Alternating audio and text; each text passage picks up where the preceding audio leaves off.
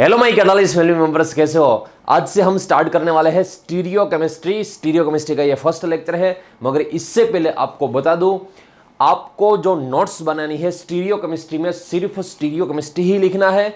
400 page की आपकी book होनी चाहिए, क्योंकि 1.5 बुक्स तो सिर्फ ये स्टीरियो केमिस्ट्री की ही होगी।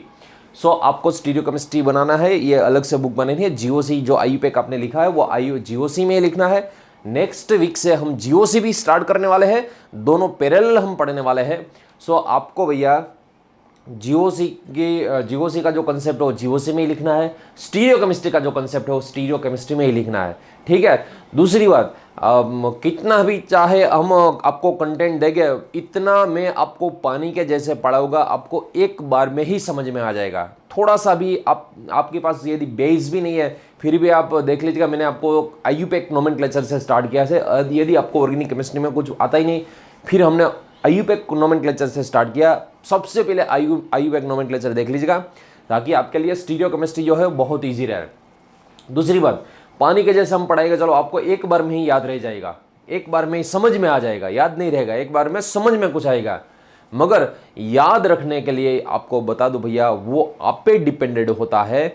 आपको बार बार रिवाइज। आज का लेक्चर खत्म हो गया सब, आज बता दूं भैया, आज जो भी डेट है, मगर पहले से जो हमने लेक्चर स्टार्ट किया ना, वो पहले से लेक्चर से यहाँ तक आपका रिवीजन होना चाहिए। डेली रिवाइज करना, डेली एक बार ऐसे ही एक आपकी नोट्स जो है उसमें पेज ऐसे घुमा घुमा के आप एक बार देख ही लीजिएगा। आप रिवीजन जो है ना भैया, रिवीजन एक्यूरेसी देता है। रिवीजन शार्प रिवीजन एक्यूरेसी देता है। सो आपको बता दूं, यहाँ पे जो भी मैं समझाऊंगा आपको एक बार में ही समझ में आ जाएगा, मगर याद रखने के लिए आपको रिवीजन करना ही पड़ेगा। आपको पहले लेक्चर से आज तक डेली रिवाइज करते जाएगा, इजी रहेगा। एक दिन तो ऐसा आएगा कि आप जो 400 पेज की जो नोट्स है ना, आप 1 घंटे में कर पाओगे। आप यदि जो मैं कह रहा हूँ भैया, डेली रिवीजन, पहले लेक्चर से लेके यहाँ तक यदि आप डेली रिवीजन करते गए, एक दिन ऐसा आएगा, याद रखिएगा, 400 पेज की जो बुक्स है ना, वो 1 घंटे में, 1 घंटा तो बहुत ज़्यादा बोल रहा हूँ मैं, 1 घंटा भी जरूरत नहीं पड़ेगी लास्ट में, तो 1 घंटे में, 1 आवर्स में आपका सारा जो नोट्स है वो कंप्लीट हो जाएगा। यदि आप जो मैं कह रहा हूँ वैसे रिवीजन करते जाओगे, तब उससे एक्यूरेसी बहुत ज़्यादा आती है। ठीक है, चलो अब हम आज से जो स्टार्ट करने वाले हैं, सबसे पहले स्टीरियो केमिस्ट्री। सो हेडिंग लगा दीजिएगा सबसे पहले, स्टीरियो केमिस्ट्री, अवकाश रसायन, जिसको क्या बोलते हैं भैया, अवकाश रसायन बोलते हैं। चलो सबसे पहले हेडिंग लगा दीजिएगा स्टीरियो केमिस्ट्री। अब स्टीरियो केमिस्ट्री में आपको सबसे पहले आइसोमेरिज्म के बारे में पता होना चाहिए। आइसोमेरिज्म किसको कहा जाता है, सबसे पहले हेडिंग लगा दीजिएगा आइसोमेरिज्म। आइसोमेरिज्म में डेफिनेशन लिखिएगा सबसे पहले, टू और more than two compounds having same molecular formula, two or more than two compounds having same molecular formula, same molecular weight, but different in physical and chemical properties, called isomers, and this phenomena known as isomerism। दूसरी बात बता दो भैया आपको, कहीं जो student है मुझे पूछ रहे हैं, सर ये एप्लीकेशन में ये बैकवर्ड तो हो रहा है मगर फॉरवर्ड नहीं हो रहा है। भैया यदि आप स्ट्रीमिंग में देख रहे हो, तब उसमें फास्ट फॉरवर्ड नहीं आएगा। मगर यदि आपने डाउनलोड कर लिया, पास में ही डाउनलोड का जो बटन है वो क्लिक कर दीजिएगा। डाउनलोड होके आपको कहाँ से देखना है, जो होम पेज जो है ना, होम पेज, वहां पे होम पेज के पास वाले यहाँ पे फिनोल जो लिखा हुआ है, फिनोल, उसके पास पे ये जो 3 लाइंस जो होगी उसमें क्लिक कीजिएगा। टॉप पे होम पेज में 3 जो यहाँ पे लाइन है उस पर क्लिक कीजिएगा। उसमें आपको डाउनलोड्स जो वीडियो है वो मिल जाएंगे। उसमें सारी फैसिलिटी, आपको कौन से क्लियरिटी में डाउनलोड करना है, उसमें फास्ट फॉरवर्ड, बैक फॉरवर्ड सब कुछ आ जाएगा।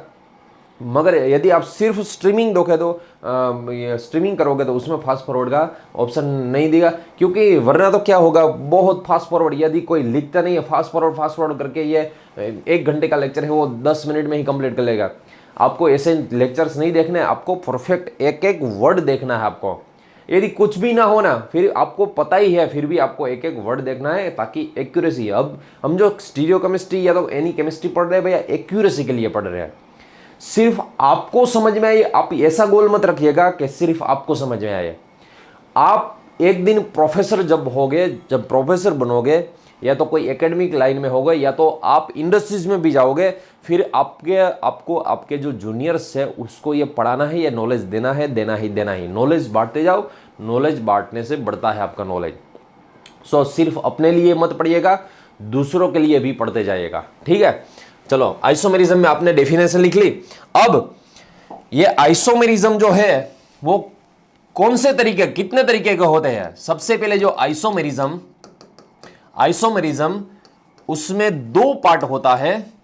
देख लीजिएगा, आइसोमेरिज्म उसमें 2 पार्ट होते हैं। एक जो होता है स्ट्रक्चरल आइसोमेरिज्म, एक जो होता है स्ट्रक्चरल आइसोमेरिज्म, या तो इसको, यह स्ट्रक्चरल आइसोमेरिज्म को याद रखिएगा, कॉन्स्टिट्यूशनल आइसोमेरिज्म कहा जाता है। कॉन्स्टिट्यूशनल आइसोमेरिज्म इसको कहा जाता है, या तो इसको रीजियो, स्थूल जिसको बोलते हैं रीजियो आइसोमेरिज्म भी कहा जाता है। रीजियो आइसोमेरिज्म स्थूल, या तो इसको कहते हैं बंधारणीय, ठीक है। दूसरा जो आइसोमेरिज्म होता है वो स्टीरियो आइसोमेरिज्म होता है। दूसरा जो होता है वो स्टीरियो आइसोमेरिज्म होता है। अब सबसे पहले याद रखिएगा, एक देख लीजिएगा यहां पे, ये जो कॉन्स्टिट्यूशनल है ना भैया, कॉन्स्टिट्यूशनल, या तो इसको जो रीजियो स्थूल बोलते हैं हम, तीनों एक ही बात है। उसमें भी याद रखिएगा कई सारे पार्ट होते हैं। इसमें जो पार्ट्स होते हैं, सबसे पहले याद रखिएगा, इसमें जो आता है वो चेन आइसोमेरिज्म आता है। चेन आइसोमेरिज्म, चेन आइसोमेरिज्म के बाद सेकंड जो आता है याद रखिएगा रिंग चेन आइसोमेरिज्म। एक होती है रिंग, एक होती है चेन, रिंग चेन आइसोमेरिज्म। उसके बाद हम पढ़ेंगे positional isomerism, positional isomerism, positional isomerism का कंसेप्ट आएगा। उसके बाद हम पढ़ेंगे भैया functional group isomerism. Positional isomerism के बाद पढ़ेंगे हम फंक्शनल ग्रुप आइसोमेरिज्म, ठीक है, फंक्शनल ग्रुप आइसोमेरिज्म। उसके बाद पढ़ेंगे हम मेटामेरिज्म, और लास्ट में जो आएगा टोटोमेरिज्म आएगा, टोटोमेरिज्म। चल रूपकता जिसको बोलते हैं, इसको चल रूपकता बोलते हैं, इसको तो मेटामर्स बोलते हैं। इसको क्रियाशील समूह समघटकों बोलते हैं। ये स्थान समघटकों, जिसका स्थान डिफरेंट होता है। ये चक्र अचक्र ऐसा बहुत ज्यादा नहीं करना है इसका। ये श्रृंखला समघटकों इसको बोलते हैं, चेन आइसोमेरिज्म बोलते हैं, ठीक है। चलो और एक बात, यहां पे ये तो हमने आइसोमेरिज्म में कॉन्स्टिट्यूशनल का जो पार्ट है, इतने सारे जो कंसेप्ट है उसमें वो एक एक करके हमें देखना है। मगर यहां पे सबसे पहले इंडेक्स लिख लेते हैं। ये आपको समझना नहीं है भैया, ये जो मैंने लिखा है अभी आपको समझना नहीं है, सिर्फ मैं इंडेक्स लिखा रहा हूं आपको। इंडेक्स लिखने के बाद हम एक एक पॉइंट्स को देखते जाएंगे। चलो, स्टीरियो आइसोमेरिज्म जो है, स्टीरियो आइसोमेरिज्म 2 तरीके के होते हैं। एक जो होता है कन्फॉर्मेशनल स्टीरियो आइसोमेरिज्म, और दूसरा जो होता है कन्फिग्यूरेशनल आइसोमेरिज्म। अब ये दोनों में फर्क क्या है, सबसे पहले यहां से छोटा सा ही कंसेप्ट दूंगा मैं, उसके बाद तो बहुत डिटेल में पढ़ेंगे हम। कन्फॉर्मेशनल का मतलब ये होता है, यदि मैं ये पेन को रोटेशन दे रहा हूं, ऐसे रोटेशन दे रहा हूं, तब ये पेन जो ब्लैक पेन है वो ब्लैक ही रहेगी, ये पेन चेंज नहीं होगी, ठीक है। ऐसे रोटेशन, सिर्फ यदि आपने रोटेशन दिया, तब रोटेशन देने से कंपाउंड चेंज नहीं होता, कंपाउंड तो वही का वही रहता है, ठीक है। इसको कन्फॉर्मेशनल का दूसरा जो नेम है भैया, इसका दूसरा नेम है रोटामर्स। इसका दूसरा नेम है रोटामर्स, इसको रोटामर्स बोलते हैं। फॉर एग्जाम्पल देख लीजिएगा, एक जो होता है इक्लिप्स फॉर्म, एक जो होता है इक्लिप्स फॉर्म, दूसरा जो होता है वो स्टेगर्ड फॉर्म रहता है। अब इक्लिप्स और स्टेगर्ड भैया जो है सिर्फ एक दूसरे के रोटेशन से ही बन जाते हैं। इक्लिप्स कौन सा है, ये न्यूमैन इक्लिप्स है, ये न्यूमैन स्टेगर्ड है, वो सब हम पढ़ने वाले हैं ये स्टीरियोकेमिस्ट्री में, ये कन्फॉर्मेशनल पढ़ने वाले हैं ये। मगर यहां पे देख लीजिएगा भैया, ये जो मान लो मैं इथेन यहां पे ड्रॉ किया है, ये इथेन है, वो इक्लिप्स इथेन है। और यदि बेक वाले जो कार्बन है उसको हमने 60 डिग्री यदि रोटेशन दे दिया, बेक वाले कार्बन को यदि 60 डिग्री रोटेशन दे दिया, तब ऐसा फॉर्म आ जाएगा, इसको हम स्टेगर्ड कहते हैं। और यहां पे ये इक्लिप्स में से स्टेगर्ड सिर्फ रोटेशन से बन जाता है, कंपाउंड चेंज नहीं होता भैया। फिर से बता दूं, ये डिटेल में हम पढ़ेंगे, मगर यहाँ पे इंडेक्स लिख रहा हूं, इंडेक्स में आप लिख लीजिएगा रोटामर्स। कन्फॉर्मेशनल का दूसरा नेम जो है वो रोटामर्स है, सिर्फ रोटेशन से बन जाता है ये। इसको हम इथेन कहेंगे, इसको क्या बोलेंगे, इथेन ही बोलेंगे। ये दोनों एक ही बात है। इथेन इथेन एक ही कंपाउंड है, आपको पता है ना, इथेन एक ही कंपाउंड। इथेन की यदि बात आए ना, तब दो ही कार्बन की बात आती है, उसमें स्टीरियोकेमिस्ट्री नहीं होती, उसमें स्टीरियोकेमिस्ट्री नहीं होती। ये जो हम आगे पढ़ेंगे भैया, ये स्टीरियो आइसोमेरिज्म का एक्चुअली पार्ट है ना, मगर इसमें स्टीरियो है ही नहीं। ये कंपाउंड एक, ये सिर्फ उसका डायरेक्शन चेंज हो रहा है, इसका सिर्फ डायरेक्शन चेंज हो रहा है और एक दूसरे से कन्वर्ट हो जाएगा। मगर यहाँ पे देख लीजिएगा, रोटामर्स मतलब जिसको रोटेशन से, चलो ये ब्लैक पेन है, मैंने ऐसे रखी तब ये ब्लैक पेन है, ऐसे रखी तब कैसी होगी, ये ब्लैक पेन ही, वही ब्लैक पेन ही है, चेंज हो गई। चलो ये खड़ी ब्लैक पेन है और ये सोई हुई ब्लैक पेन है। ये खड़ी पेन और सोई हुई पेन जो है वो दोनों अलग है। आप जब सोते हो और खड़े होते हो तो आप बदल जाओगे, आप वही ना वही रहेगा ना, जो आपका नेम है वो वही का वही रहेगा, आपके पास जो प्रॉपर्टीज है वो वही के वही रहेगी, आपके पास जो विचार है वो भी वही के वही। ऐसा तो नहीं है चलो आप सो रहे हो तब पॉजिटिव विचार वाले हो, उठ गए तब नेगेटिव विचार वाले हो गए, ऐसा तो नहीं है। अब वही का वही रहेगा, सिर्फ आपका डायरेक्शन चेंज हो रहा है। इसको हम बोलेंगे कन्फॉर्मेशनल आइसोमर्स बोलेंगे इसको। मगर कन्फिगरेशनल किसको बोलेंगे, जिसके बॉन्ड ब्रेक करने से न्यू आइसोमर जनरेट हो जाएगा, जिसके बॉन्ड ब्रेक करने से न्यू आइसोमर्स जनरेट हो जाएंगे, उसको कन्फिगरेशनल बोलते हैं। अभी आपको ये डिस्क्रिप्शन कुछ लिखना नहीं है, अभी तो इंडेक्स लिख रहे हैं, उसके बाद में एक एक करके आपको बताऊंगा। कन्फॉर्मेशनल और कन्फिगरेशनल में याद रखिए, एक्चुअली ये सही स्टीरियो आइसोमर है, ये जो है ना वो एक्चुअली स्टीरियो आइसोमर है। इसमें देखिएगा कन्फिगरेशनल है, उसके दो पार्ट रहेंगे भैया, कन्फिगरेशनल के दो पार्ट रहेंगे। एक जो रहेगा ऑप्टिकल आइसोमेरिज्म, एक जो रहेगा ऑप्टिकल आइसोमेरिज्म, जिसको प्रकाश समघटकता बोलते हैं। दूसरा जो होता है जियोमेट्रिकल, दूसरा जो होता है जियोमेट्रिकल आइसोमेरिज्म रहता है। जियोमेट्रिकल आइसोमेरिज्म मतलब भौमितिक समघटक जिसको बोलते हैं, जियोमेट्रिकल आइसोमेरिज्म। अब ऑप्टिकल आइसोमेरिज्म जो है उसमें भी दो पार्ट रहेंगे भैया। ऑप्टिकल आइसोमेरिज्म में, ऑप्टिकल आइसोमेरिज्म है, एक जो रहेगा वो मिरर इमेज आइसोमर्स रहेगा, mirror image isomerism, mirror image isomerism. और दूसरा रहेगा not mirror image isomerism, not mirror image isomerism, not mirror image isomerism रहेगा।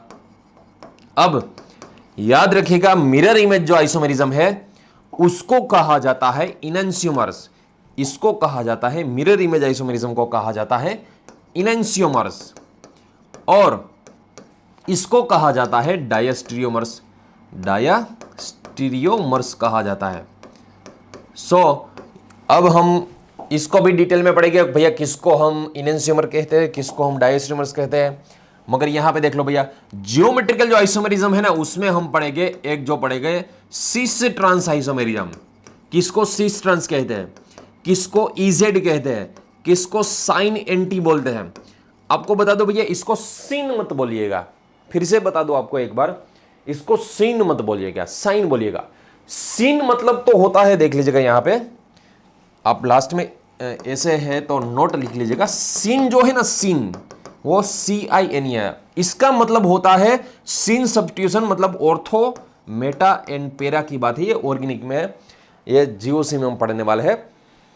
सिन सब्स्टिट्यूशन मतलब ऑर्थो मेटा पेरा में यदि आपने सब्स्टिट्यूशन कर दिया उसको सिन बोलते हैं।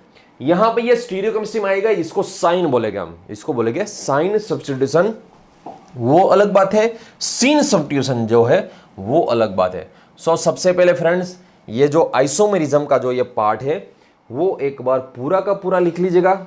आइसोमेरिज्म में सबसे पहले फिर से बता दूं, structural isomerism and stereo isomerism, दो तरीके का आइसोमेरिज्म होते हैं।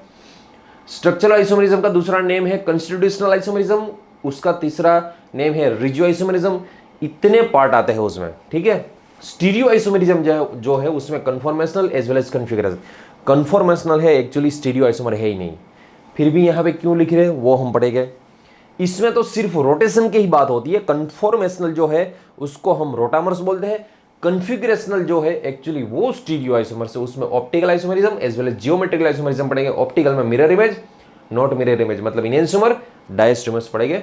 जियोमेट्रिकल में cis trans, E Z, syn anti, वो सब हम पढ़ने वाले हैं। सो सबसे पहले इंडेक्स लिख लीजिएगा, उसके बाद हम स्टार्ट करेंगे। और यहाँ पे जो एक है ये देख लीजिएगा, यहाँ पे ये नोट्स में सीन सब्स्टिट्यूशन, सीन मतलब ऑर्थो मेटा पैरा सब्स्टिट्यूशन जिसमें किया जाता है उसको हम सीन सब्स्टिट्यूशन बोलेंगे, ठीक है। चलो नेक्स्ट। अब सबसे पहले आपको एक नोट्स में लिखा दूं, यहां पे आपको ये पता होना चाहिए कि भैया कोई भी फंक्शनल ग्रुप क्यों ना हो उसकी कॉमन मॉलिक्यूलर फॉर्मूला आपको पता होनी चाहिए। सपोज के मैंने आपको ऐसा बोल दिया साइनाइड, चलो साइनाइड की कॉमन, यदि आपको मैंने एल्केन बता दिया ना, एल्केन को तो आपको पता ही है CnH2n+2, ठीक है। एल्किन के लिए पूछ लूं मैं CnH2n, वो तो सिर्फ आपको इंस्टेंट आता है क्योंकि आपको 11-12 से आता है। मगर आपको मैं बता दूं भैया साइनाइड की मुझे इंस्टेंट कॉमन मॉलिक्यूलर फॉर्मूला बता दो, या तो एमाइड है उसकी इंस्टेंट कॉमन मॉलिक्यूलर फॉर्मूला बता दो। इंस्टेंट यदि किसी की भी मॉलिक्यूलर फॉर्मूला निकालनी है उसके लिए रूल्स क्या रहेगा वो एक बार देख लीजिएगा। इंस्टेंट आपको सबसे पहले आपको ये बता दो भैया एल्केन जो है इसकी कॉमन मॉलिक्यूलर फॉर्मूला ये जो कहां से आई, 3-4 देख लीजिएगा, उसके बाद आपको सारे समझ में आ जाएगा। आपको डायरेक्ट एक्चुअली ये पता है CnH2n+2, ये डायरेक्ट पता है, मगर एक्चुअली ये आती कहां से है, इसकी जो होमोलोगस सीरीज होती है ना, होमोलोगस सीरीज, समान धर्मी श्रेणी जिसको बोलते हैं होमोलोगस सीरीज, उसमें थर्ड कार्बन, 3 जो कार्बन है जिसमें 3 कार्बन है, वो 3 कार्बन वाला कोई भी मॉलिक्यूल इसका लिख लीजिएगा। चलो सपोज इसमें एल्केन में 3 कार्बन वाला जो होता है वो प्रोपेन होता है। यहां पे कार्बन 3 है, हाइड्रोजन कितने देख लीजिएगा, 3 + 3 6, 6 + 2 8 होता है। अब यहां पे मैच कर लीजिएगा, जितने नंबर्स ऑफ कार्बन है ना उससे डबल, 3 × 2 = 6, उससे डबल +2, 6 + 2 करोगे तब 8 आएगा। ऐसे इसकी कॉमन मॉलिक्यूलर फॉर्मूला निकलती है। और देख लीजिएगा, चलो जैसे मैंने एल्केन का कराया आपको, वैसे ही सपोज हमें एल्कीन, इसकी कॉमन मॉलिक्यूलर फॉर्मूला निकालनी है सपोज हमें। चलो इसकी वैसे तो आपको याद ही है CnH2n होता है, इसकी CnH2n रहती है, मगर ये आती कहां से है देख लीजिएगा। किसी भी फंक्शनल ग्रुप क्यों ना हो उसका 3 कार्बन वाला जो मेंबर है ना उसको सबसे पहले लिख लीजिएगा। चलो यहां पे कार्बन कितने हैं, 3 कार्बन है, 3 + 2 5, 5 + 1 6, जितने नंबर्स ऑफ कार्बन है देख लीजिएगा, जितने नंबर्स ऑफ कार्बन है उससे डबल ये जो हाइड्रोजन है, इसलिए CnH2n आएगी। अब cycloalkane, suppose cycloalkene, इसकी यदि हमें कॉमन मॉलिक्यूलर फॉर्मूला निकालनी है तब सबसे पहले आपको बता दो भैया, इसमें ये जो है वो 3 कार्बन वाला ये मेंबर है, साइक्लो एल्केन हो गया। अब इसमें कार्बन, नंबर्स ऑफ कार्बन 3 है, हाइड्रोजन कितने हो गए, यहां पे 2 हो गए, यहां पे भी 2 हो गए, यहां पे भी 2 हो गए, टोटल हाइड्रोजन कितना है 6। सो इसकी क्या रहेगी CnH2n, जितने नंबर्स ऑफ कार्बन है उससे डबल। देख लीजिए कोई CnH2n एल्किन की भी है, CnH2n साइक्लो एल्केन उसकी भी है। ये दोनों है ना, हम पढ़ेंगे आगे, ये रिंग है और ये चेन है। सो ये दोनों एक दूसरे के रिंग चेन आइसोमर्स हो गई है, ठीक है। ये दोनों में कॉमन मॉलिक्यूलर फॉर्मूला सेम है।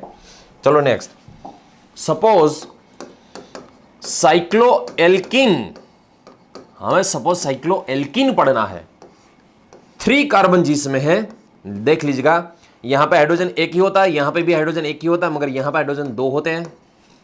नंबर्स ऑफ कार्बन इसमें 3 है, हाइड्रोजन 4 है।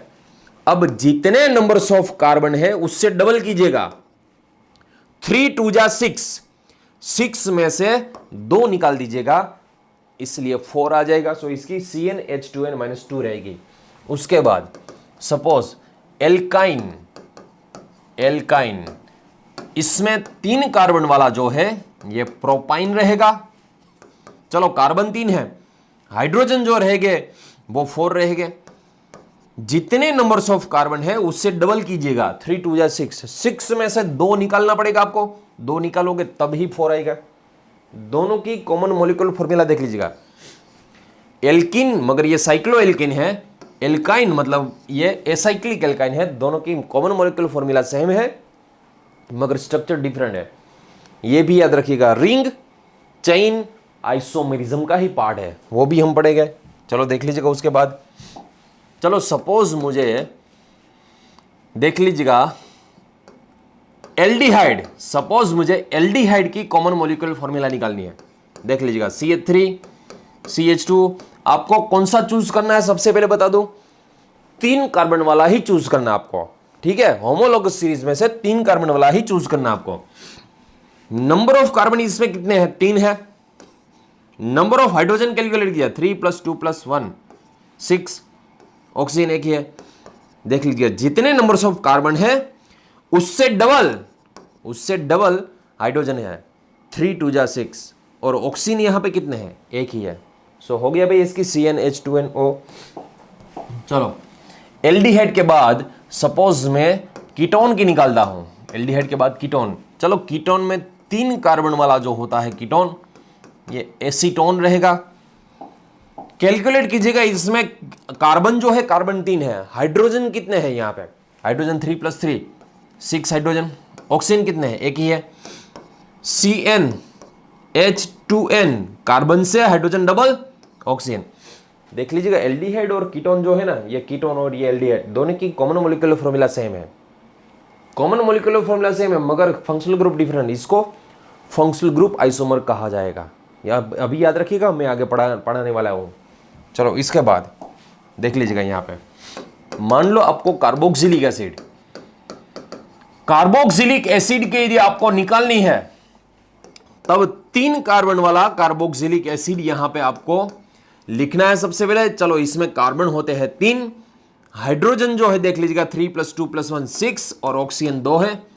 सो यहां पे सोचिएगा CnH2n कार्बन से हाइड्रोजन डबल है और ऑक्सीजन 2 ही है, ठीक है। सो CnH2nO2 इसकी कॉमन मॉलिक्यूलर फॉर्मूला रहेगी। कार्बोक्सिलिक एसिड के बाद एस्टर की यदि हमें निकालनी है, देख लीजिएगा एस्टर में CH3COO CH3, इसमें नंबर ऑफ कार्बन 3 है, हाइड्रोजन 3 + 3 6 है, ऑक्सीजन 2 है।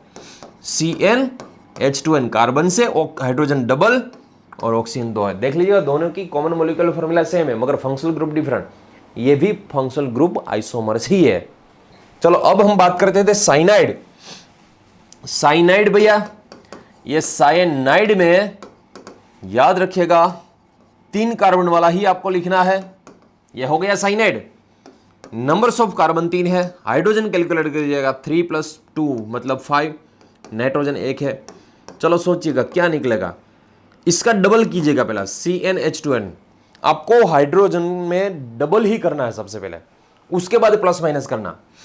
3 2 जा 6, 6 में से एक आपको निकालना पड़ेगा, 6 में से एक आपको निकालना पड़ेगा, ठीक है। यहां पे n CnH2n-1, ये जो ये साइनाइड है उसकी कॉमन मॉलिक्यूलर फॉर्मूला रहेगी।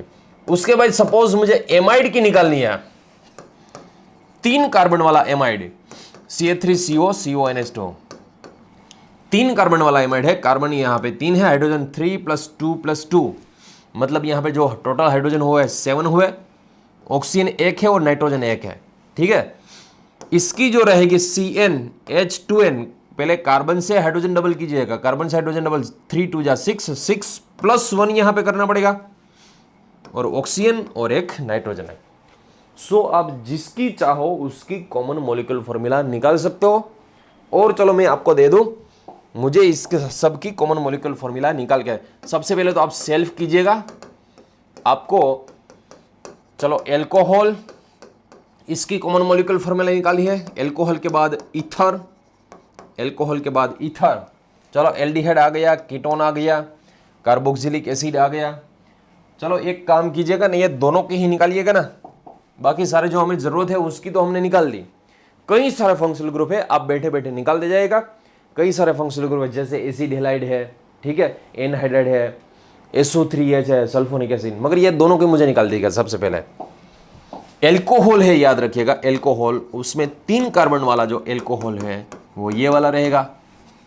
इसमें नंबर ऑफ कार्बन 3 है, हाइड्रोजन कैलकुलेट कर लीजिएगा 8 है और ऑक्सीजन 1।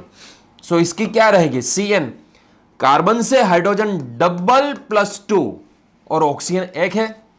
इथर में देख लीजिएगा CH3 CH2 oxygen CH3। Ether का रूल्स तो आपको पता है ना, आईयूपैक का। सोचिएगा इथर का आईयूपैक का रूल्स क्या है, ऑक्सीजन गोज विथ सोड कार्बन चेन।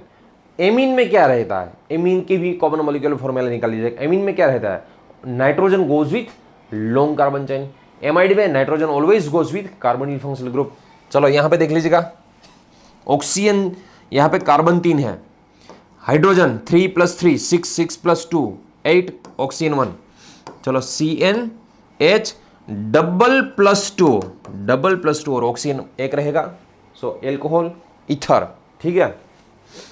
अब आई होप कि आपको सारी कॉमन मॉलिक्यूलर फॉर्मूला निकालनी आ ही गई। अब सबसे पहले आज का यदि लेक्चर आपको अच्छी तरह से समझना है, फिर आपको सबसे पहले आईयूपैक पता होना चाहिए। सारे जो आईयूपैक मैंने कराए हैं वो सारे लेक्चर यदि आपने देख लिए हैं, वैसे जो लास्ट में मैंने कराया था एल्केन, और एल्केन के अलावा एल्काइल जो फंक्शनल ग्रुप है ना, वो सारे एल्काइल है, ईथर है, नाइट्रो कंपाउंड है, हेलोजन कंपाउंड है, वो सारे मैंने आपको कराया था। वो सब आपको अच्छी तरह से पता होना चाहिए, तब जाके आपको ये जो सारे स्ट्रक्चरल आइसोमेरिज्म की फॉर्मूला है ना वो अच्छी तरह से समझ में आ जाएगी। सबसे पहले मैं बता दूं, हमने जो एल्काइल फंक्शनल ग्रुप में लॉन्ग चेन सिलेक्शन वाला कंसेप्ट पढ़ा था ना, सबसे पहले मुझे बता दीजिएगा इसमें कितने नंबर्स ऑफ कार्बन की लॉन्ग चेन है। इजी से स्टार्ट करेंगे, ठीक है। चलो इसमें कितने नंबर्स ऑफ कार्बन की लॉन्ग चेन है, इसमें भी चलो इसमें भी आपको बताना है। उसके बाद इसमें भी बता दीजिएगा, ठीक है। उसके बाद इसमें भी बता दीजिएगा इसमें कितने नंबर्स ऑफ कार्बन की लॉन्ग चेन है, ठीक है। आपको मुझे ये बताना है। सबसे पहले बता दूं आपको ये सिलेक्शन कैसे करना है। कोई भी कंपाउंड क्यों ना हो, पेन उठाए बिना जितने नंबर्स ऑफ कार्बन को आप टच कर सकते हो, पेन उठाए बिना जितने नंबर्स ऑफ कार्बन को आप टच कर सकते हो, उतने नंबर्स ऑफ कार्बन की लॉन्ग चेन रहेगी। चलो देख लीजिएगा, यहां पे कितने नंबर्स ऑफ कार्बन को टच कर सकते हो, 4 कार्बन को, यहां पे ये 4 नंबर्स ऑफ कार्बन की लॉन्ग चेन रहेगी। यहां पे देख लीजिएगा, पेन उठाए बिना चारों कार्बन को टच कर सकते हो। सो ये भी ये नॉर्मल हेक्सेन, नॉर्मल ब्यूटेन है ना, ये भी नॉर्मल ब्यूटेन ही है, दोनों एक ही बात है। ये ब्रांच नहीं हुई भैया, ये ब्रांच नहीं है, ये दोनों सेम ही है। चलो यहां पे देख लीजिएगा, ये आपको कार्बन को ही टच करना है, ये तो हाइड्रोजन है, ये जो है ये दोनों आपको सेम नहीं दिखाई दे रहा, ये दोनों एक ही बात है। यहां पे भी 4 कार्बन की ही लॉन्ग चेन है, मगर इसमें पेन उठाए बिना चारों कार्बन को टच नहीं कर सकते हो। ऐसे मत कीजिएगा भैया, चलो पीछे हट के, ऐसे पीछे नहीं आना, पेन उठाए बिना चलो ये पीछे आ गए और उसमें यहां पर रख दिया, ऐसे नहीं करना हमें। पेन उठाए बिना यहां पे चारों कार्बन को हम टच नहीं कर सकते, इसमें सिर्फ और सिर्फ 3 कार्बन को ही टच कर सकते हैं। यहां पे जो है वो ब्रांच है, एक्चुअली ये जो है वो ब्रांच है, यहां पे ब्रांच नहीं है, यहां पे भी ब्रांच नहीं है, किसी में भी ब्रांच नहीं, मगर इसमें पेन उठाए बिना हम यहां पे चारों कार्बन को टच नहीं कर सकते, ठीक है। चलो अब नेक्स्ट हमें सबसे पहले पढ़ना है, हेडिंग लगा दीजिएगा, स्ट्रक्चरल आइसोमेरिज्म। सबसे पहले हम पढ़ेंगे स्ट्रक्चरल आइसोमेरिज्म, स्ट्रक्चरल आइसोमेरिज्म पढ़ेंगे हम, या तो इसमें पढ़ेंगे हम, ये इसका दूसरा नाम क्या है भैया, दूसरा जो नेम है रिजियो आइसोमेरिज्म है। सबसे ज्यादा ये वर्ड यूज किया जाता है भैया, रिजियो आइसोमेरिज्म वर्ड यूज किया जाता है। तीसरा ये सबसे कम यूज किया जाता है, कॉन्स्टिट्यूशनल आइसोमेरिज्म, ये सबसे कम यूज किया जाता है। दूसरी बात बता दो भैया, कई सारे प्रोफेसर जो है हमारे साथ जुड़े हुए हैं, आप थैंक यू सो मच। आपको बता दूं भैया, ये जो कई जो हमारे स्टेट है उसमें कई सारे प्रोफेसर जो गवर्नमेंट प्रोफेसर है, जिसने जैसे राजस्थान में RPSC की है, उत्तर प्रदेश से उसकी जो आती है वो एग्ज़ाम क्लियर की, यहाँ पर गुजरात में जीपीएससी क्लियर की है। जीपीएससी क्लियर करने के बाद ही भाई गवर्नमेंट प्रोफेसर, वो कई सारे प्रोफेसर यहाँ पे जुड़े हुए हैं हमारे साथ। आपको बता दूं सारे प्रोफेसर को सबसे पहले आपको मेरे नमस्कार, थैंक यू सो मच जो हमारे साथ आप जुड़े हुए हो। आप सबको ये सब कुछ पता ही है, आप सब प्रोफेसर को ये सब कुछ पता ही है, फिर भी मैं आपको बता दूं आप हमारे साथ, ये कहीं इजी भी क्यों ना हो, ये कंसेप्ट इजी भी क्यों ना हो। दूसरी बात बता दूं, यदि कोई स्टूडेंट्स जो है, ये ध्यान रखिएगा भाई मैं क्या बोल रहा हूँ भाई, कोई ऐसा एक स्टूडेंट जो ऐसा है जो जिसने नेट क्लियर की है विदाउट कोचिंग, अपने सेल्फ प्रिपरेशन की है, और एक स्टूडेंट ऐसा जो है उसने नेट क्लियर की है, ये कोचिंग से नेट क्लियर की है। दोनों में फर्क क्या है, कौन अच्छा रहेगा कौन बुरा रहेगा, ऐसा हमें नहीं सोचना है भैया। इसने तो कोचिंग से की है ना, उसने तो विदाउट कोचिंग कर ली। मगर भैया आपको बता दूं कोचिंग से फर्क क्या पड़ता है। जैसे यहां पे यदि आपको इंडस्ट्रीज में जाना है तब उससे कुछ फर्क नहीं पड़ेगा, मगर एकेडमिक में यदि आप आते हो तब सबसे पहले आपको तो आपके जो स्टूडेंट्स है उसको सीक्वेंस से कैसे पढ़ाना है। यदि आपने सेल्फ प्रिपरेशन कर ली ना, फिर सिर्फ आपके पास ही नॉलेज होगा, सिर्फ आपके पास नॉलेज। यदि आपको पढ़ाने के लिए बोला ना तब आप पढ़ा नहीं पाओगे, ऐसे सीक्वेंस से नहीं पढ़ाने पाओगे। आप ऐसे कैसे भी करके आप ऐसे समझ, कोई क्वेश्चन पूछे तब उसका आंसर दे सकते हो, मगर यदि आपको पूछे, आपको दे दिया चलो आप 2 घंटे पढ़ा दो, तब 2 घंटे पढ़ाना आपके लिए बहुत मुश्किल हो जाएगा यदि आपने कोचिंग नहीं किया फिर। मगर कोचिंग किया है तब आपको अच्छी तरह से पता चल जाएगा ये सीक्वेंस कैसी होती है, पढ़ाने की सीक्वेंस कैसी होती है। इसलिए जो सारे प्रोफेसर हमारे साथ जुड़े हुए हैं और जो प्रोफेसर बनने वाले हैं भैया, आप सबको बता दो कितना भी इजी क्यों ना हो, मगर ये आपको आपके स्टूडेंट्स को कैसे पढ़ाने हैं, इसलिए वो सीक्वेंस आपको मेंटेन करनी है, सीक्वेंस ही देखनी है मैं कैसे पढ़ा रहा हूं, और उसमें आपका एडिशनल आइडिया लगाएगा, मेरे से भी अच्छा पढ़ाएगा आप, ठीक है, मुझसे भी अच्छा पढ़ाएगा। आपके पास सबके पास है ये, ऐसे तो जीपीएससी में आप क्लियर नहीं होगे, ऐसे तो प्रोफेसर नहीं बने हो, आप में कई सारा पोटेंशियल होगा तब भी आप प्रोफेसर बने हो। मैं जैसे पढ़ाता हूँ उसमें एडिशनल थोड़ा ऐड कीजिएगा और मुझसे भी सारा आपको स्टूडेंट्स जो है उसको नॉलेज दीजिएगा, ठीक है। चलो सबसे पहले हम structural isomerism, regio isomerism, constitutional isomerism ये पार्ट पढ़ने वाला है। इसमें सबसे पहले डेफिनेशन लिख लीजिएगा, 2 और मोर देन 2 कंपाउंड्स। इसमें डेफिनेशन लिखिएगा 2 or more than 2 compounds having same molecular formula, comma same molecular weight। अब एक बात सोचिए, मैं सेम मोलिकुलर फॉर्मूला बोल रहा हूं, फिर मोलिकुलर वेट तो सेम ही नहीं होता। सेम मोलिकुलर फॉर्मूला बोल रहा हूं फिर भी मैं ऐसा बोल रहा हूं सेम मोलिकुलर वेट, ऐसा क्यों? मान लो यहां पे एक जो है सपोज C4H10 है, ये C4D10, ये दोनों की कॉमन मॉलिक्यूलर फॉर्मूला सेम ही है, देख लीजिएगा ये दोनों एक ही है, सेम ही कॉमन मॉलिक्यूलर फॉर्मूला है, मगर मॉलिक्यूलर वेट की यदि बात करोगे ना तब डिफरेंट हो जाएगा। इसलिए मैं ऐसा बोल रहा हूं same molecular formula same molecular weight. यहां पे मॉलिक्यूलर फॉर्मूला इसको क्या बोलोगे आप, ड्यूटेरियम है क्या? ड्यूटेरियम क्या है? हाइड्रोजन ही है ना, ये क्या है? हाइड्रोजन ही है। ये मॉलिक्यूलर फॉर्मूला सेम ही है, एक ही बात है, मगर दोनों के वेट क्या है। चलो मैं एक आपको एग्जाम्पल समझाता हूं। 2 बॉयज खड़े हुए हैं, दोनों को बॉयज ही बोलोगे आप, दोनों एक तो नहीं है, दोनों अलग अलग ही है ना, दोनों ये भी आदमी है ये भी आदमी, दोनों मानव ही है, मनुष्य ही है, शरीर से मनुष्य ही है, दोनों एक ही बात हुई है। ये दोनों शरीर से एक ही है, दोनों हाइड्रोजन ही है, मगर दोनों का वेट सेम नहीं होता। इसलिए मैं ऐसा लिखा रहा हूं आपको same molecular formula comma same molecular weight. But आगे लिखिएगा but different structural formula, but different structural formula called structural isomers and this phenomena known as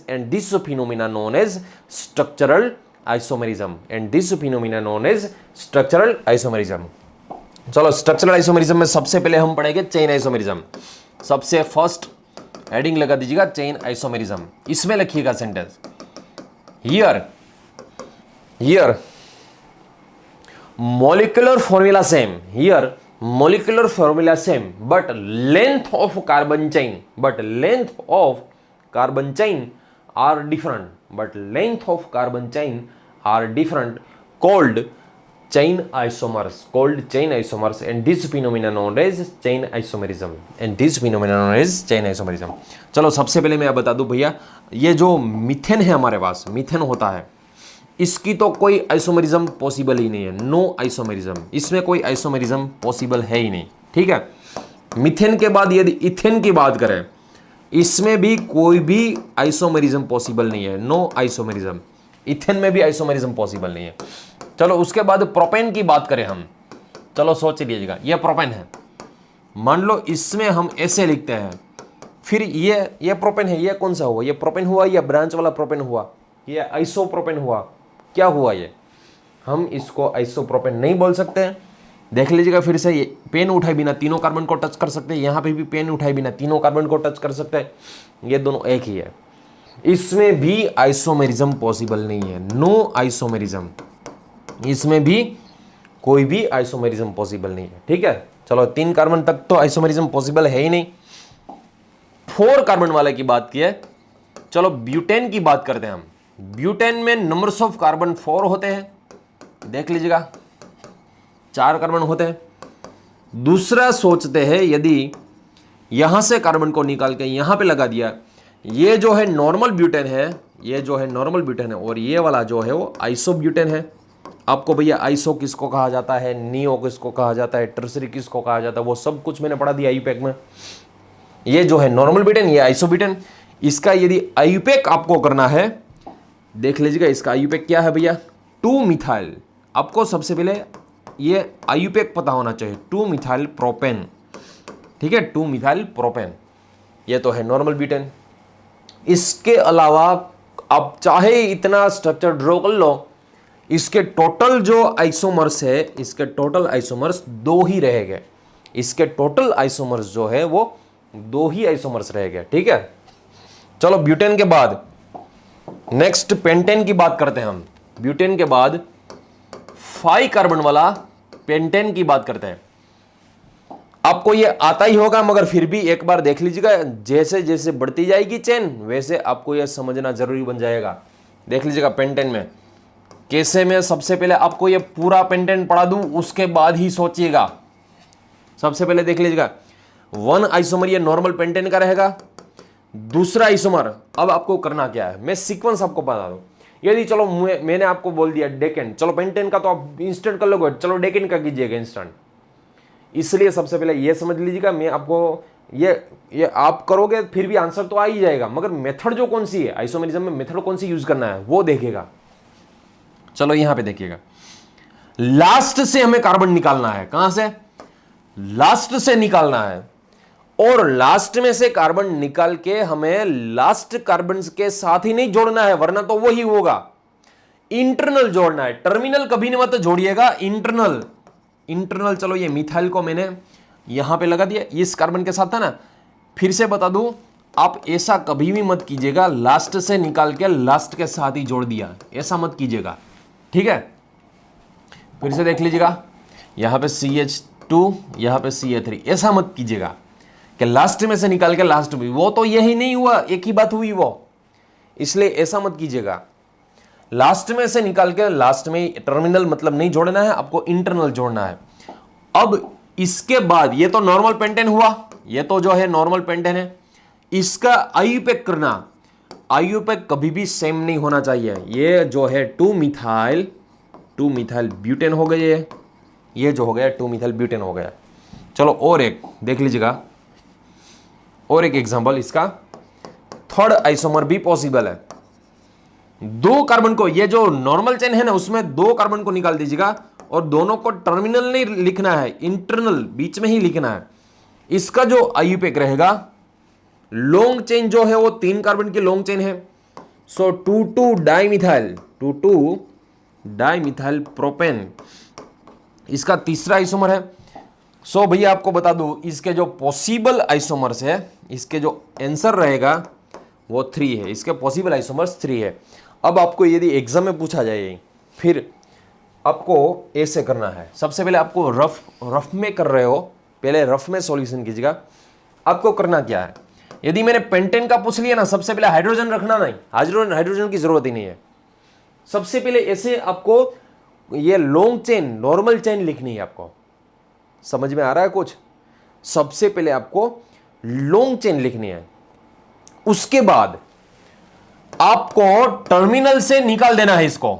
एक जो कार्बन है उसको टर्मिनल से निकाला, फिर टर्मिनल यहां पे मत जोड़िएगा, टर्मिनल से निकाल के टर्मिनल मत जोड़िएगा, वरना तो वही हो जाएगा वो।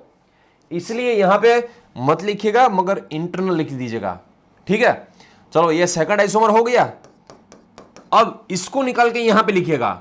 अगर यहां पे लिखा आपने, फिर या इस साइड से आपने नंबर दिया, ये 2 नंबर पे आएगा, इस साइड से नंबर दिया, ये 2 नंबर पे आएगा, ये दोनों सेम ही हो जाएगा। सेम जब होगा ना, सुनिएगा, जब सेम होगा तब आपको क्या करना है भैया, एक नहीं मगर 2 कार्बन निकालना है। इसमें से 2 कार्बन नहीं, जब सेम आ जाए ना तो 2 कार्बन निकाल दीजिएगा। 2 कार्बन निकाल दिया। अब दोनों कार्बन को कभी भी टर्मिनल मत छोड़िएगा, टर्मिनल कभी भी मत लिखिएगा। यदि टर्मिनल लिख दिया फिर वो ही हो जाएगा। सो इंटरनल लिखने के 2 तरीके हैं, देख लीजिएगा। एक जो दोनों को साथ में जोड़ दिया, या तो दोनों को आइसोलेट करके जोड़ दिया। देख लीजिएगा यहां पे दोनों को 2 कार्बन निकाले, दोनों को बीच में इंटरनल में दोनों एक ही कार्बन पे जोड़ दिए ऐसे, या तो आइसोलेट करके जोड़ दिया। अब यहां पे ये देख लीजिएगा, इसको 1 नंबर दूं, इसको 2 नंबर, इसको 3, इसको 4। सो लॉन्ग चेन ये वाली हुई और ये सब्स्टिट्यूशन हुआ, ये और ये भैया दोनों एक ही बात हुई। आईयूपीएक यदि आपको पता है, आईयूपीएक यदि आपको पता है, तब ये आपको अच्छी तरह से समझ में आ जाएगा। ये दोनों तो एक ही बात नहीं हुई, ये भी ब्रांच है। ये इसका आईयूपीएक होगा 2 मिथाइल ब्यूटेन, इसका भी होगा 2 मिथाइल ब्यूटेन। सो एक ही कार्बन पे 2 जोड़ दिए, ये नहीं चलेगा। एक ही कार्बन पे यदि आइसोलेट कर दिए फिर ये चल जाएगा, एक ही कार्बन पे ये आइसोलेट कर दिया फिर ये चल जाएगा। सो इसका आंसर जो है, सही आंसर जो है, इसका जो सही आंसर वो 3 रहेगा। कितने रहेगा भैया? इसका सही आंसर 3 रहेगा। चलो समझ में आ गया कंसेप्ट? फिर से सबसे पहले नॉर्मल चेन लिख दीजिएगा, लास्ट में से कार्बन को निकाल के लास्ट में नहीं रखना है, टर्मिनल नहीं लिखना है, इंटरनल लिखना है आपको। अब ऐसे ऐसे हटाते जाइए, जब सेम आ जाइए तब क्रॉस कर दीजिएगा, तब अब 2 कार्बन निकाल दीजिएगा। 2 कार्बन को एक काम करना है, इंटरनल लिखना है, साथ में लिखना है, या तो आइसोलेट करके लिखना है। आईयूपीएक कीजिएगा, आपको अच्छी तरह से समझ में आ जाएगा, ठीक है। चलो मुझे ये हेक्सेन है, उसके कितने नंबर्स ऑफ आइसोमर पॉसिबल होते हैं, इसका आंसर निकाल दीजिएगा हेक्सेन का। थोड़ी देर के लिए वीडियो पॉज कर दीजिएगा। वीडियो पॉज करने के बाद मुझे इसका आंसर निकाल दीजिएगा, हेक्सेन के टोटल आइसोमर्स जो होते हैं वो कितने होते हैं। चलो हेक्सेन के, अब आई होप कि आपने सॉल्व कर लिया होगा, उसके बाद ही ये देखिएगा भैया। चलो 4, 5, 6 ये जो होगा वो नॉर्मल हेक्सेन रहेगा, ठीक है। उसके बाद ये तो हो गया फर्स्ट, अब सेकंड 1, 2, 3, 4, 5 एक कार्बन निकाल दीजिएगा। एक कार्बन को निकालने टर्मिनल ही लिखना है, इंटरनल लिखना है। अब यहां पे नंबरिंग दे दीजिएगा 1, 2, 3, 4, 5। इसका सही आईयूपीएक कौन सा होगा? 2 मिथाइल, 5 कार्बन है इसलिए पेंटेन 2 मिथाइल। आप पूरा लिखिएगा, मैं तो ऐसा सिर्फ सिंबल लिख रहा हूं। 2 मिथाइल पेंटेन इसका सही आईयूपीएक रहेगा, ठीक है। उसके बाद थर्ड, चलो यहां पे 5 कार्बन है, सॉरी यहां पे हमने यस ठीक ही है, हेक्सेन लिया है इसलिए यहां पे तो 5 कार्बन ही रहेगा ना, 1 कार्बन निकाले इसलिए 5 कार्बन ही निकला। सेकंड पे रख दिया 6 कार्बन रहेगा। चलो अभी हमें 5 कार्बन की ही चेन रखनी है, ऐसे हटा दो, ऐसे हटा दो इसको यहां पे, ठीक है। सेकंड नंबर से 3 नंबर पे ले लीजिएगा। चलो इसका आईयूपीएक क्या होगा, किसी भी साइड से नंबर दे दो, ये सही रहेगा। इसका आईयूपीएक रहेगा 3 मिथाइल पेंटेन, इसका सही आईयूपीएक रहेगा 3 मिथाइल पेंटेन। चलो फोर्थ एग्जाम्पल 1, 2, 3, 4, 5, ठीक है। चलो 5 हमने ऐसे जोड़ दिया। अब इसको हटा के यहां पे लिखिएगा, इसको हटा के यहां पे लिखिएगा। अब नंबरिंग यदि आपको देना है तब यहां से देना पड़ेगा 1, 2, 3, 4, 5। इसका यदि आपने आईयूपीएक किया 2 मिथाइल पेंटेन, मगर देख लीजिएगा यहां पे तो हमने लिख लिया है 2 मिथाइल पेंटेन, फिर ये तो नहीं चलेगा। इसलिए आपको अब क्या करना है, ये तो जो है आगे आ गया था वो ही आ गया, इसलिए आपको एक नहीं भैया 2 कार्बन निकालने हैं। इसमें से यदि 6 कार्बन में से 2 कार्बन निकाल दिया, फिर लॉन्ग चेन कितने कार्बन की रहेगी? 4 कार्बन की ही रहेगी। अब 2 कार्बन निकाले है ना, आपको दोनों कार्बन को टर्मिनल नहीं लिखना है, इंटरनल कहीं पे भी लिख सकते हो आप। चलो इंटरनल मैंने मान लो यहां पे जोड़ दिए, अब यहां पे जोड़ दिए इंटरनल 2 कार्बन को, सो इसका जो आईयूपैक रहेगा 2,2 डाइमिथाइल 2,2 डाइमिथाइल ब्यूटेन, इसका सही आईयूपैक रहेगा 2,2 डाइमिथाइल ब्यूटेन, इसका सही आईयूपैक। चलो फिफ्थ पॉसिबिलिटी, यहां पे इसको यहां पे ले लो, ठीक है, मान लो यहां पे ले लिया, फिर यहां पे नंबरिंग दोगे आप, इस साइड से नंबरिंग दोगे, तब ये कौन सा रहेगा, ये वाला ही है, दोनों सेम ही है। अब दोनों सेम है इसलिए इसको निकाल दीजिएगा। अब ऐसा नहीं करना भैया 3 कार्बन निकालना, हमें 3 कार्बन रखना है, मगर आप ऐसे कर सकते हो, देख लीजिएगा, आइसोलेट करके रख दीजिए, एक ही कार्बन पे रखा था नहीं, यहां पे अलग अलग कार्बन पे रख दीजिएगा। चलो अब यदि अलग अलग कार्बन पे रख दिया आपने 1 2 3 4, अब देखिएगा यहां पे इसका जो आईयूपैक रहेगा वो 2,3 डाइमिथाइल ब्यूटेन, इसका सही आईयूपैक रहेगा 2,3 डाइमिथाइल ब्यूटेन, इसका सही आईयूपैक रहेगा। चलो इसके अलावा सोचिएगा, अब चाहे इतनी पॉसिबिलिटी लगा लीजिएगा, और सिर्फ स्ट्रक्चर ड्रॉ करके ऐसा मत लिखिएगा कि सर ये अलग बन रहा है, उसका आपको आईयूपैक पता होना चाहिए। सबसे पहले आपको लॉन्ग चेन सिलेक्शन पता होना चाहिए, लॉन्ग चेन सिलेक्शन के बाद ही आपको मुझे आंसर देना है। दूसरी बात, अब हम एक दूसरा नया ग्रुप बनाएंगे, उसमें सिर्फ आपको क्वेश्चन सॉल्यूशन और डाउट सॉल्यूशन ही करना है, ठीक है। चलो यहां पे देख लीजिएगा 2,3 डाइमिथाइल ब्यूटेन। इसके अलावा यदि कोई भी पॉसिबिलिटी है, फिर मुझे बता दीजिएगा कि सर इसके अलावा भी पॉसिबिलिटी हो रही है। इसका आंसर जो है, ये हेक्सेन का जो आंसर है वो टोटल आइसोमर्स जो रहेगा वो 5 आइसोमर्स रहेगा, ठीक है।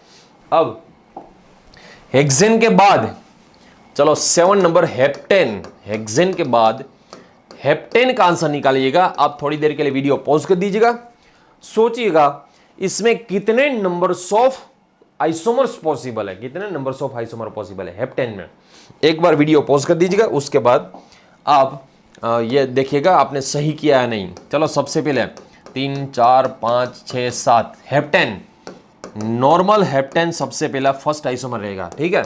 उसके बाद 1 2 3 4 5 6, यहां पे इसका रहेगा 2 मिथाइल हेक्सेन, 2 मिथाइल हेक्सेन इसका सही आईयूपैक रहेगा। उसके बाद 3 4 5 6 3 मिथाइल हेक्सेन, 3 मिथाइल हेक्सेन, यदि इसको यहां पे लगा दिया फिर भी 3 मिथाइल हेक्सेन ही रहेगा। अब नेक्स्ट, ये तो 3 तो हो गया, सबसे पहले देख लीजिएगा ये 3, ये हेप्टेन के 3 आइसोमर्स। चलो उसके बाद 4th आइसोमर 1 2 3 4 और 5। चलो 2 कार्बन निकालना हमें, दोनों कार्बन को मान लो मैं यहां पे रख देता हूं, इसका सही आईयूपैक होगा 2,2 डाइमिथाइल पेंटेन, इसका सही आईयूपैक है। उसके बाद 1 2 3 4 5 यहां पे रख दो मान लो, फिर इसका होगा 3,3 डाइमिथाइल पेंटेन, इसका सही आईयूपैक रहेगा। उसके बाद चलो मान लो यहां पे यदि मैंने रख दिया ना दोनों कार्बन को यहां पे, फिर ये ही हो जाएगा, इसलिए मैं एक काम करता हूं, दोनों कार्बन को एक साथ यहां पे रख देता हूं। इसका आईयूपैक आपका, यदि जो आपको ये अपने कई आइसोमर बनाए हो गए, मैं आपको आंसर दे दूं भैया 9 इसका आंसर है। इसका जो हेप्टेन का आंसर है वो 9 रहेगा।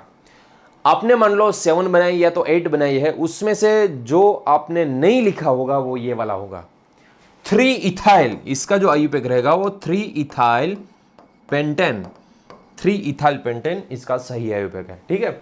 9 आंसर में से 6 आंसर तो हमने निकाल लिए। चलो इसका सही आईयूपैक होगा 3 इथाइल पेंटेन। चलो उसके बाद 7 नंबर, चलो अब 3 कार्बन निकाल दो, 3 कार्बन को ऐसे रख दो, ठीक है। 3 कार्बन को निकाल के ऐसे रख दिया हमने, और अभी एक 3 कार्बन नहीं निकलना भैया, इसमें भी एक पॉसिबिलिटी है, देख लीजिएगा। मैं इसको 8 नंबर कर देता हूं, देख लीजिएगा, इसको 8 नंबर कर देता हूं, 8 बाद में देखेंगे।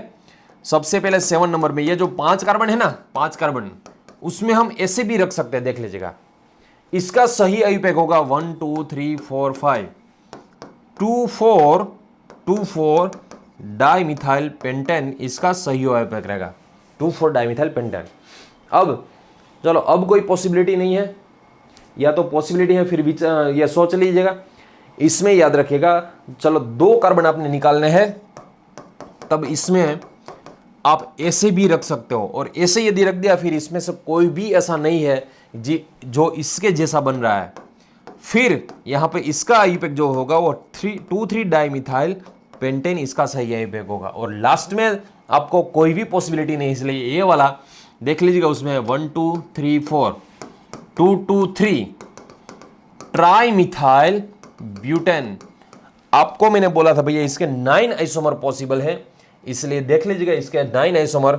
यदि आपको इसके अलावा भी कोई मिल रहा है फिर मुझे पर्सनल में व्हाट्सएप कर दीजिएगा, सर ये वाला हो सकता है या नहीं हो, बिंदास क्वेश्चन पूछिएगा मुझे, ये वाला हो सकता है नहीं हो सकता है। अब मुझे ये ड्रॉ करके और उसका साथ में आईयूपैक करना, ऐसा नहीं करना कि चलो या तो सर आईयूपैक कर लेंगे, सर को तो आता है कि या तो नहीं आता, वो तो सर जो आता है तब कर लेंगे, नहीं आता है तब नहीं कर पाओगे, ऐसा नहीं है, आपको करके मुझे भेजना है, ठीक है। इसका जो आंसर रहेगा वो 9 रहेगा। इसके बाद एक काम कीजिएगा, आप ऑक्टेन का निकालिएगा, नॉनेन का निकालिएगा, डेकेन का निकालिएगा। चलो मैं आपको एक ट्रिक दे देता हूं, ये ट्रिक देख लीजिएगा सारे आइसोमर को निकालने के लिए। एग्जाम में आप भैया ऐसे ड्रॉ करके ऐसा मत लिखिएगा, आपको डायरेक्ट पता होना चाहिए किसका कितना आंसर है। एक एक ड्रॉ करके बैठे होंगे ना आप, पॉसिबल ही नहीं है आप नेट की एग्जाम टाइम पे खत्म कर पाओगे, ठीक है। चलो आप कोई भी एग्जाम हो, यदि जेम में पूछा गया, गेट में पूछा गया, नेट में पूछा गया, तब आपको ये सीक्वेंस याद रखनी है। सबसे पहले मीथेन, 1 कार्बन जो है वो मीथेन है, 2 कार्बन वाला जो है वो इथेन है, उसके टोटल आइसोमर भी निकाल गए। 3 कार्बन वाला जो है वो प्रोपेन है, उसके बाद 4 कार्बन वाला ब्यूटेन, 5 कार्बन वाला पेंटेन, 6 कार्बन वाला हेक्सेन, ये सारे के हम आंसर निकालेंगे। हेप्टेन, 8 कार्बन वाला ऑक्टेन, 9 कार्बन वाला नोनेन एंड नोनेन, उसके बाद 10 कार्बन वाला डेकेन। चलो इसके सबके मुझे आंसर निकालना है। देख लीजिएगा मीथेन जो है भैया उसमें खुद ही होता है मीथेन एक, उसके अलावा कोई पॉसिबल नहीं है। इथेन है उसमें भी एक, प्रोपेन में भी एक, 1 है इसलिए इसमें हम बोलेंगे नो आइसोमेरिज्म, उसके अलावा कोई है ही नहीं, खुद के अलावा कोई है ही नहीं, इसलिए नो आइसोमेरिज्म, इसमें आइसोमेरिज्म पॉसिबल ही नहीं है। अब क्या करना है, अब यहां से कट कर दीजिएगा सबसे पहले। अब आपको मान लो यहां पे लिखना है ब्यूटेन में कितने नंबर्स ऑफ आइसोमर पॉसिबल है वो लिखना है। तब यहां पे एक काम करना है, यहां पे जो ये लाइन है ना उसके ऊपर जो 2 है उसको एडिशन कर दीजिएगा, 1 + 1, सिर्फ 2 का ही एडिशन करना है। इसके जो ऊपर है उसके 2 के 1 + 1 2। यहां पे यदि आपको निकालना है आंसर, तब इसके ऊपर जो 2 है 2 + 1 इसका एडिशन कर दीजिएगा, 3 आएगा। यहां पे यदि आपको आंसर निकालना है हेक्सेन का, तब इसके ऊपर जो है 3 + 2 इसको ऐड कर दीजिएगा। इन शॉर्ट यहां से स्टार्ट करना है। सबसे पहले 1 2 3 के बाद हमने क्रॉस किया, यहां फिर से 1 2 3 के बाद फिर से क्रॉस करना है। सबसे पहले 1 2 3 इसके बाद यहां पे क्रॉस, 1 2 3 इसके बाद यहां पे क्रॉस, ऐसा कर दिया। यहां पे 1 1 1 पहले तो होगा, यहां पे कैसे लिखना है, इसके ऊपर के जो 2 है उसका एडिशन कर, यहां पे इसके ऊपर के 2, यहां पे इसके ऊपर के 2, चलो 2 तो खत्म हो गए। अब यहां पे इसके ऊपर के 2 और ये जो बचा था इसका तो कैलकुलेशन में लिया भी नहीं था, 5 + 3 + 1 यहां पे निकालना है आपको आंसर 9।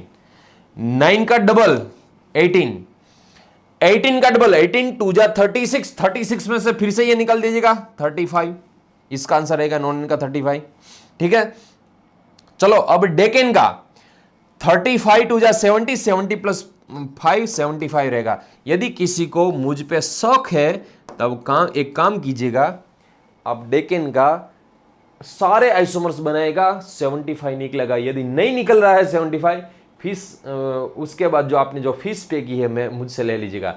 जिसको मुझ पे विश्वास नहीं है वो 75 ड्रॉ के देख लीजिएगा, 75 निकलेगा। अरे एक काम कीजिएगा, चलो 70 लिख के 75 क्यों लिखना है हमें, एक काम कीजिएगा, डेकेन के बाद अनडेकेन आएगा, अनडेकेन के बाद डोडेकेन आएगा, ठीक है, डोडेकेन, इसका 5 2 जा, आपको पता ही है भैया, ये टोटल होगा इसका 5 2 जा 10, 10 में से एक निकाल दीजिएगा 9 रहेगा, 7 2 जा 14, 14 में एक ऐड कर दीजिएगा 15 रहेगा, और इसका तो 355 रहेगा, यहां पे 35 लीजिएगा, इसका 5 ले लीजिएगा, थर्ड ये इतना रहेगा।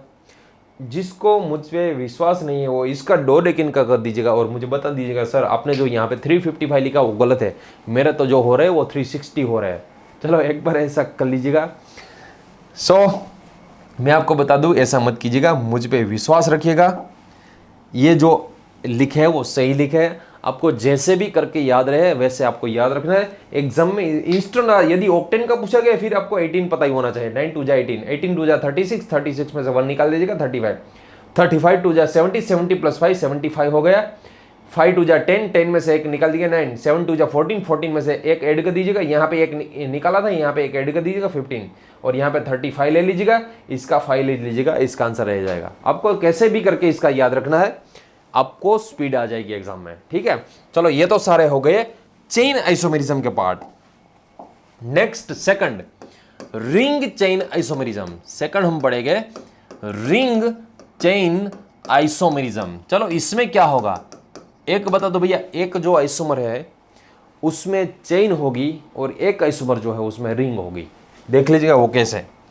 मान लो आपने एक लिया है साइक्लोएल्केन और एक जो लिया है एसाइक्लिक एल्कीन लिया है, ठीक है। चलो साइक्लोएल्केन जो होता है उसमें 3 मेंबर वाला 3 कार्बन वाला ये साइक्लोप्रोपेन होता है, और इसमें जो 3 कार्बन वाला ये जो होता है एसाइक्लिक प्रोपीन होता है। देखिएगा इसमें भैया आपको कार्बन 3 है और इसमें हाइड्रोजन 6 है, इसकी कॉमन मॉलिक्यूलर फॉर्मूला CnH2n रहेगी।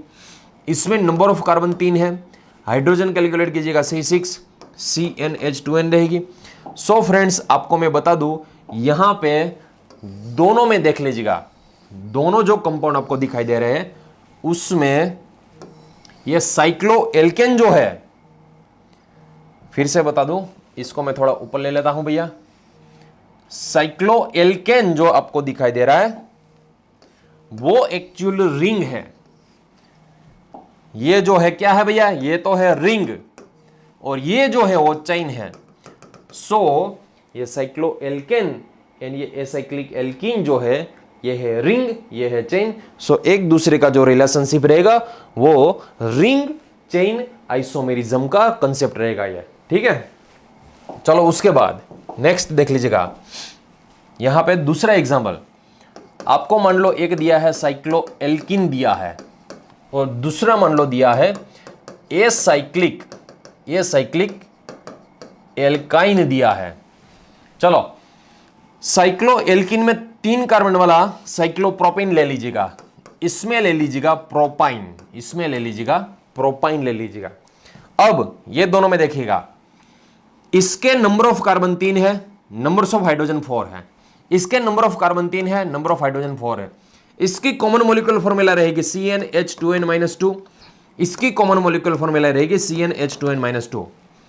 ये दोनों में ये देख लीजिएगा, ये जो है वो रिंग है और ये जो है वो चेन है, इसलिए साइक्लोएल्कीन एंड एसाइक्लिक एल्काइन दोनों एक दूसरे के रिंग चेन आइसोमर्स रहेंगे। ये दोनों एक दूसरे के रिंग चेन आइसोमर्स रहेंगे। सो ये आपको पता होना चाहिए भैया, रिंग चेन आइसोमर्स का कंसेप्ट, रिंग चेन आइसोमर्स, ठीक है।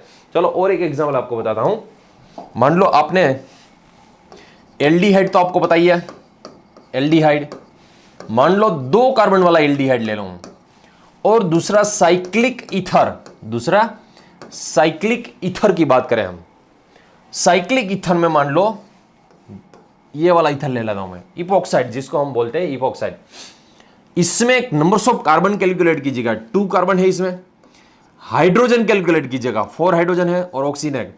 इसमें कार्बन 2 है, हाइड्रोजन 2 + 2 4 है और ऑक्सीजन है। देख लीजिएगा इसकी CnH2nO, इसकी CnH2nO, दोनों में कॉमन मॉलिक्यूलर फॉर्मूला सेम है, मगर एक जो है वो रिंग है, दूसरी जो है वो चेन है, इसलिए इसको रिंग चेन आइसोमेरिज्म कहा जाता है। ये दोनों एक दूसरे के रिंग चेन आइसोमेरिज्म कहा जाता है। एक जो कंसेप्ट आता है डबल बॉन्ड इक्विवेलेंट का कंसेप्ट आता है।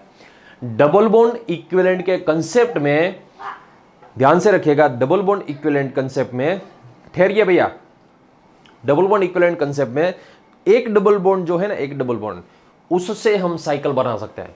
एक कंसेप्ट में पढ़ा होगा आपको डबल बॉन्ड इक्विवेलेंट का, आपको डबल बॉन्ड को निकाल के आप रिंग बना सकते हो। देख लीजिएगा यहाँ पे double bond CH double bond O होता है, डबल बॉन्ड को निकाल के आप रिंग बना सकते हो। सो ये डबल बॉन्ड इक्विवेलेंट कंसेप्ट में आएगा, वो हम पढ़ने वाले हैं। सो ये जो हो गया रिंग चेन आइसोमेरिज्म का कंसेप्ट हो गया, ठीक है।